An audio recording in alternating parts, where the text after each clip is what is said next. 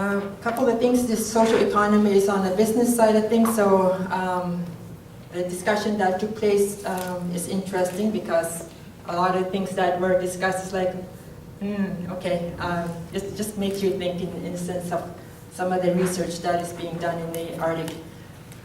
But to go on the cooperative side, Arctic Cooperative is based, but there is 31 member cooperative that are in Nunavut and NWT, and those two territories and so on is mainly for First Nation, Inuit, and Dene. So one of the areas we have a theme. Cooperative Enterprise Build a Better World is that United Nations declared International Year of Cooperative in 2012. So their theme is Cooperative Enterprise Build a Better World. So we're hoping to do that on the cooperative system. The co-op structure, as you see, the cooperative are based in these locations and they're democratic.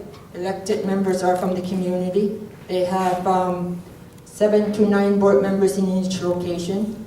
Membership in the community elect them, so it's very democratic in that sense. The 31 location owns Arctic Cooperative, so it's not the other way around. Arctic Coop don't own these 31 location. The cooperative own Arctic Cooperative and Arctic Coop Development Fund. Arctic Coop Development Fund is the financial arm for the locations in these communities, so really from that area, it's owned by the 31 cooperative. A decision for Arctic Cooperative cannot go without the input of the community, so it really is owned and controlled by the people in these communities. Arctic Cooperative have 7 board of directors, and they're all from the north. The president, Arctic Cooperative, is Bill Lyle. He's based in Cambridge Bay. We have a first vice president who is based here in Yellowknife, and second vice president based in Iqaluit. And we have a director from Pawn Inlet, one from McPherson, Rankin Inlet, and there's one more. Can't remember which one, but there's 7 of them there that are all based in Yellowknife, in the Arctic communities. The Arctic Cooperative is a service federation and owned and controlled by the 31 base communities, which is the enterprise that located in Nunavut and NWT, as I mentioned. Arctic Coop Limited coordinates and resources, consolidated purchasing power, operational and technical support to the community-based cooperative, enabling them to provide wide range of services to these 31 cooperatives. So from accounting to financial statements, from human resources to training, Arctic Coop is in these 31 locations. Without Arctic Cooperative and without vice versa, they pull together and have Arctic Coop to do all the administrative work. That's what we're there for the Coop system. As I mentioned, it was mentioned earlier, these locations, there are 7 cooperatives in Northwest Territories, 24 in Nunavut. So we're based across, there's none in Yukon yet, but really from Sanikiluaq, which is in the Hudson's Bay area, to Grise Fjord and Resolute Bay, which is in the high Arctic. So we're all across the Arctic communities, and really from the geographic, it's a harshest environment, as you know, when you're traveling to these communities. Just doing business alone is very expensive. To have a business into these communities, it's not just the areas, the location, but also the harsh environment that takes place. We have language, was mentioned earlier, different things that goes on. In the Northwest Territories, Dene, I mentioned there's very rich history in that area too, so there's several Aboriginal people in that area, Nunavut and Inuvialuit. So we're dealing with some of the areas because we have to be sensitive as a language and the culture and so on. Those are some of the things that we always have to keep in mind because it's owned by the people in the community. Just to give a mention of the history, our cooperative actually started in 1959. We celebrated one of the co-ops in the territories of Cape Dorset, Nunavut Territory, celebrated their 50th anniversary, so we're very young versus the competition, Northwest Company in these communities.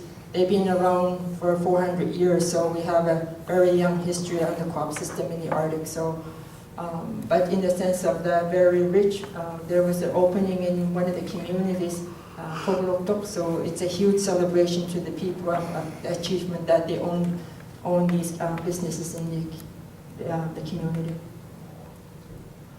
We have a mission. The cooperative in Canada's North share a vision of people working together to improve their social and economic well-being. This is our baseline. We always have to remember that it's owned by the people in this community, and as an organization, we have to go back to it over and over, that we don't forget it's owned by the people in these communities. It's through their vision, democratically control cooperative business and operate their value of fairness, equity, self-responsibility, and mutual self-help. Again, we always have to make sure that we're dealing with when we do business, regardless of what we do, is always going to the people in the community base. I'm not going to go through that one, but it's a mission statement of Arctic Cooperative, because it is a mission statement that we have to make sure that we're providing expertise and safeguarding ownership participation by the member owners. We have to keep in mind where we're coming from, regardless whether it's in Winnipeg or not, we're serving the people in the Arctic. Not going to go through that, but the community-owned cooperative, their business wide range, what they do in these various places. I know one of the areas that was mentioned is housing. That's one of the things that cooperative are asked to do, is to get into social housing, because as it was mentioned that there is a lot of challenges around housing situation. We're not there yet. We don't have co-op housing under Arctic Co-op umbrella, but it's been coming up in our annual meeting in the last several years now to see if we can get into social housing too.